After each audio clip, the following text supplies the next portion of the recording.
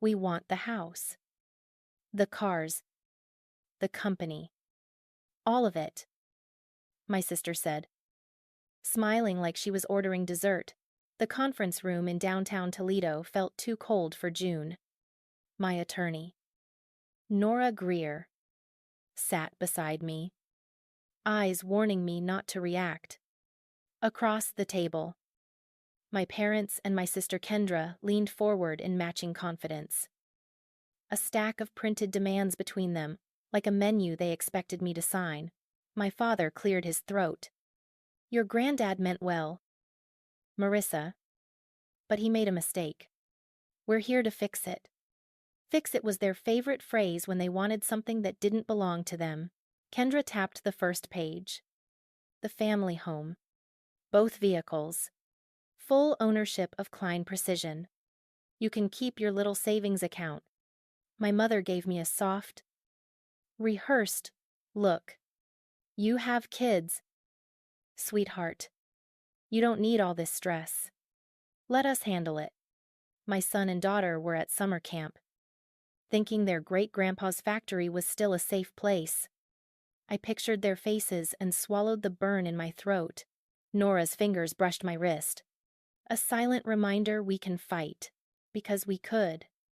My grandfather, Walter Klein, built the shop from a rented bay and a busted mill, then earned contracts from aerospace suppliers who demanded perfection. He taught me tolerances before he taught me to drive. When he died, he left everything to me. Openly. Because I was the one who showed up when machines broke and payroll was due. My parents showed up when profits looked shiny. Kendra showed up when the word inheritance hit the family group chat. Kendra tilted her head. So, are we done pretending? Give it to us. You owe us for keeping the family together. My father nodded. Calm as a banker. We'll avoid court. We'll avoid ugly. Ugly was what they were already doing. Just with polite voices. I glanced at their list again and saw the real goal. Total control. Not a fair split. Not even respect. Just possession. Nora leaned in and whispered, if you sign, you lose your leverage. I met Kendra's eyes. She smiled wider. Sure, I'd fold like I always did at Sunday dinners when she took the last word and my mother called it peace. Something in me went quiet. I slid the papers back toward them and said, evenly. Give it all to them. Nora's pen stopped midair. My mother's relief arrived instantly. Kendra's eyes lit up like slot machines. Finally, my father said, already tasting victory. They thought I was surrendering. They didn't know the company books they were so eager to own had a shadow. They didn't know I'd spent the last month meeting a forensic accountant after I noticed vendors that didn't exist and invoices that never matched deliveries. They didn't know a quiet federal inquiry had started the moment my accountant asked the bank for original wire images. All they saw was keys, titles, and their own applause. I signed the mediation summary without blinking. I let them believe they'd broken me. Nora watched me like I'd stepped off a cliff. But I kept my voice steady. Before I go on, thank you for being here with me. If this opening hits close to home, a comment, a share, or a subscribe would mean a lot. And I read every message with real gratitude. When we stood to leave, Kendra squeezed my shoulder and whispered, good girl. I didn't correct her. I just smiled back, because the hardest part was already done, making them take what they demanded. The next 48 hours were a blur of signatures and title transfers. My family moving through my grandfather's life like looters in Sunday clothes. Kendra posted a photo in front of the shop sign about finally coming home to lead. My father called suppliers and introduced himself as acting president. Like the word acting made theft respectable, I stayed quiet on purpose. Nora filed the mediation paperwork. Then met me in my car behind the courthouse. Marissa, you just handed them everything, she said. I handed them a spotlight. I replied, "Now watch what it reveals." She held my gaze. "What do you have?" I opened an email thread from Victor Lin, a forensic accountant who treated numbers like fingerprints. 3 weeks earlier, my CPA flagged vendor payments that didn't match purchase orders. The names looked legit, but the addresses were empty lots, storage units, and mail drops. The amounts were small enough to hide unless you looked for rhythm. Victor looked for rhythm. We met in a rented office near the river. He asked for bank images, wire details, check copies. When the bank sent originals, he noticed what my CPA missed: endorsements and deposit trails. Several checks were deposited into accounts that traced back to Mason, Kendra's husband. Different LLCs. Same routing path. Same device fingerprints on mobile deposits. Same IP block. My sister hadn't just shown up for the inheritance. She'd been siphoning the shop for months, using Walter's declining health as cover. I didn't accuse her yet. Accusations without proof are noise. So I waited. The day after mediation, my father marched into the shop with new rules. He told the machinists they'd switch suppliers. He told the floor manager to stop wasting overtime. He told a welder of 20 years that loyalty was not a line item. By lunch, 2 people quit. On Thursday, a key aerospace client emailed me. Not my father. "Marissa, are you still involved? We're hearing concerning things." My family wasn't just greedy. They were reckless. They didn't understand that trust is as real as steel and easier to break. That night I drove to Walter's house, the one Kendra now bragged about owning. The porch light was on. My mother's car sat in the driveway like a flag planted in soil. I didn't go inside.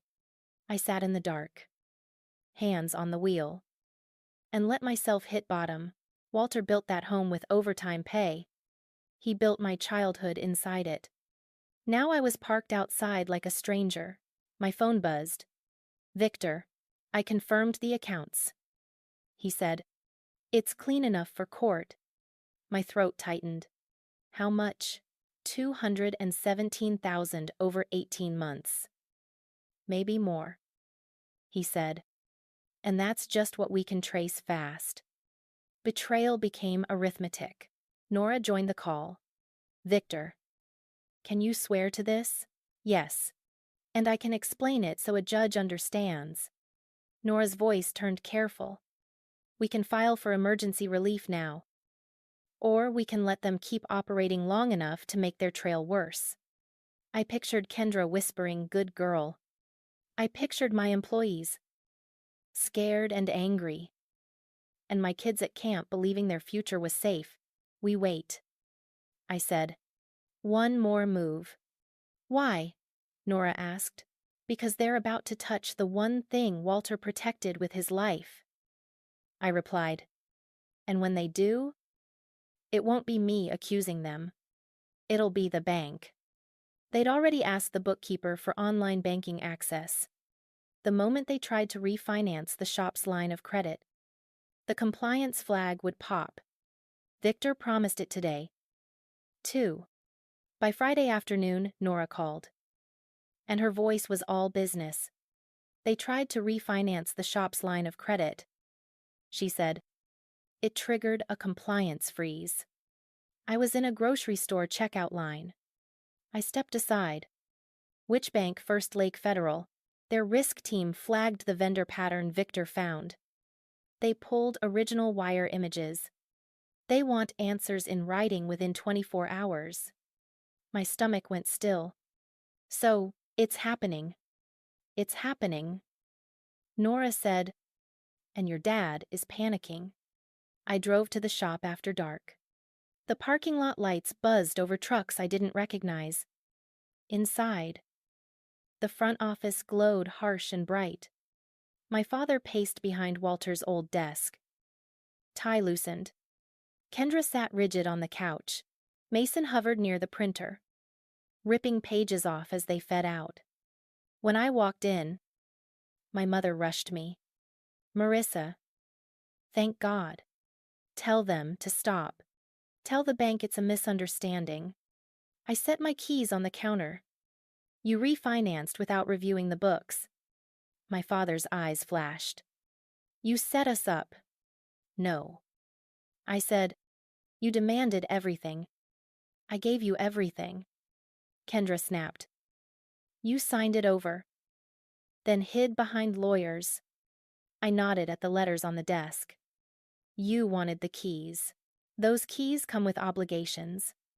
Mason tried to laugh. "Banks overreact." Victor's report lay open beside the letters. Fake vendors.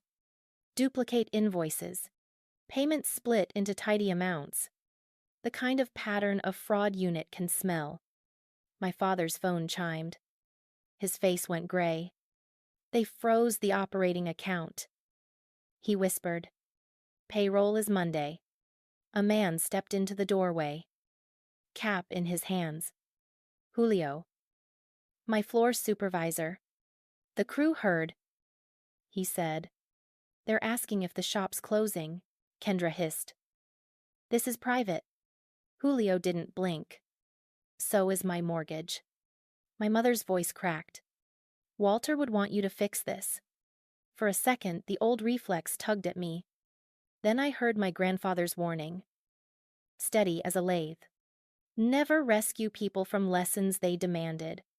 Nora arrived 10 minutes later with a laptop and a portable scanner.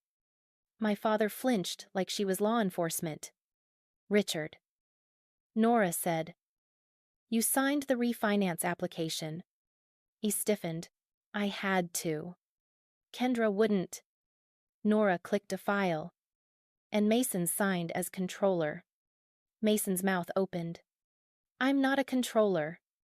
You declared yourself one." Nora replied, "That's a legal statement." Kendra lunged toward me, voice suddenly sweet. "Marissa, please, call it off. Transfer it back. I'll do anything." I met her eyes. "Return the stolen money. All of it. Or I file for emergency relief at 8A. M." My father snapped. "You can't take your own family to court." Nora didn't look at him. She turned the laptop so everyone could see the email she'd just received. "Request for interviews and native accounting logs from First Lake Federal Fraud Unit." My mother sank into the chair. Kendra stared at the screen. Julio asked. Quiet and blunt. "So who's paying us?" I took a breath. "I will." I said, "One payroll cycle. From my personal account. Then the court decides who owns what and who owes what." Mason muttered. "You think you're a hero." I finally let my voice sharpen. "No, I'm the one who kept this place alive while you were stealing from it." My father's hands started to shake. Outside. The mill's old sign creaked in the wind, like it was laughing at them tonight. And in that shaking silence, everyone understood what my signature had really done. It didn't give them my life. It gave them the consequences attached to it. Saturday morning, Nora met me at her office before sunrise. She had coffee, 2 portable chargers, and the kind of calm that only comes from knowing the paperwork is stronger than anyone's feelings. "We file emergency relief," she said. "Temporary restraining order. Appointment of a receiver. And immediate access to the accounting system. We also ask the court to separate payroll from the frozen operating funds." I nodded.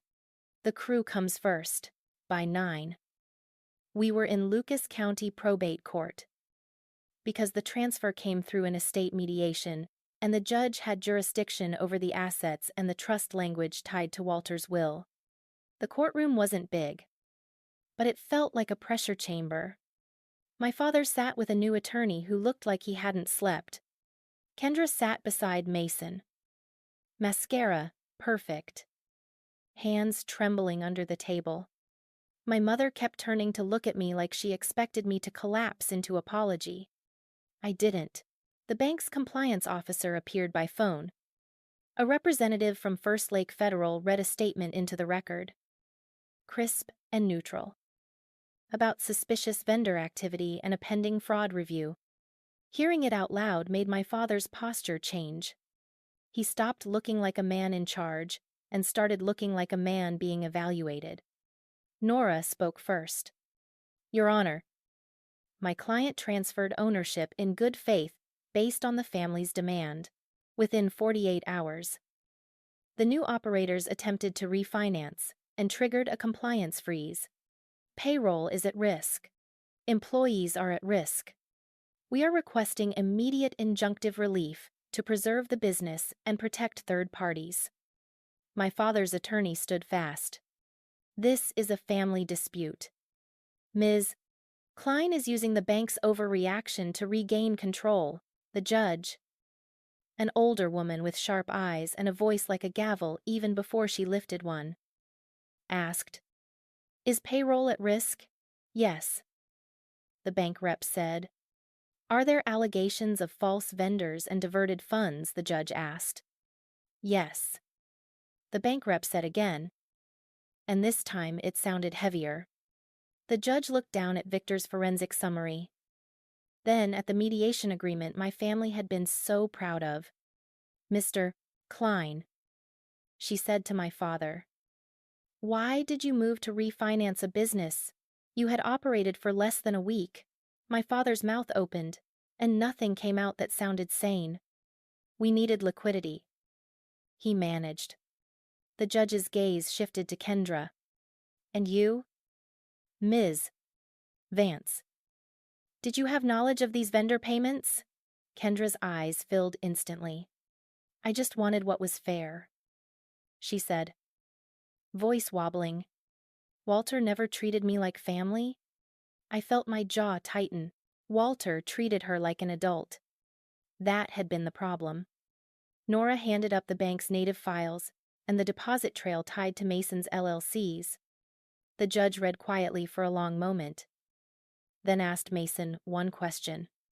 Mr. Vance, why were checks from Klein Precision deposited into accounts you control? Mason's face went blank. I don't control them. Nora slid the LLC filings forward. The judge didn't raise her voice. She didn't have to. She issued the order right there. Temporary restraining order granted. No transfers. No new financing. No access to the operating accounts without court approval. A receiver appointed to run day-to-day operations until a full hearing. Immediate access for an independent accountant. And, most important to me, an exception allowing payroll to be funded through a court-supervised account. My mother made a small sound like a balloon losing air. Outside the courtroom, Kendra grabbed my sleeve. Marissa. Please, she whispered, fix this. Tell them it was a misunderstanding. I looked at her hand on my jacket and gently removed it. It's not a misunderstanding, I said. It's a trail. My father stepped close, eyes wild. If the shop collapses, everyone will blame us. I met his gaze. Then act like you care about them. Stop lying. Cooperate. Let the receiver work. Mason leaned in, low and threatening. You think you're safe because you have lawyers. I didn't flinch. I'm safe because I have records. On Monday, the receiver arrived at the shop with a badge of authority and a clipboard.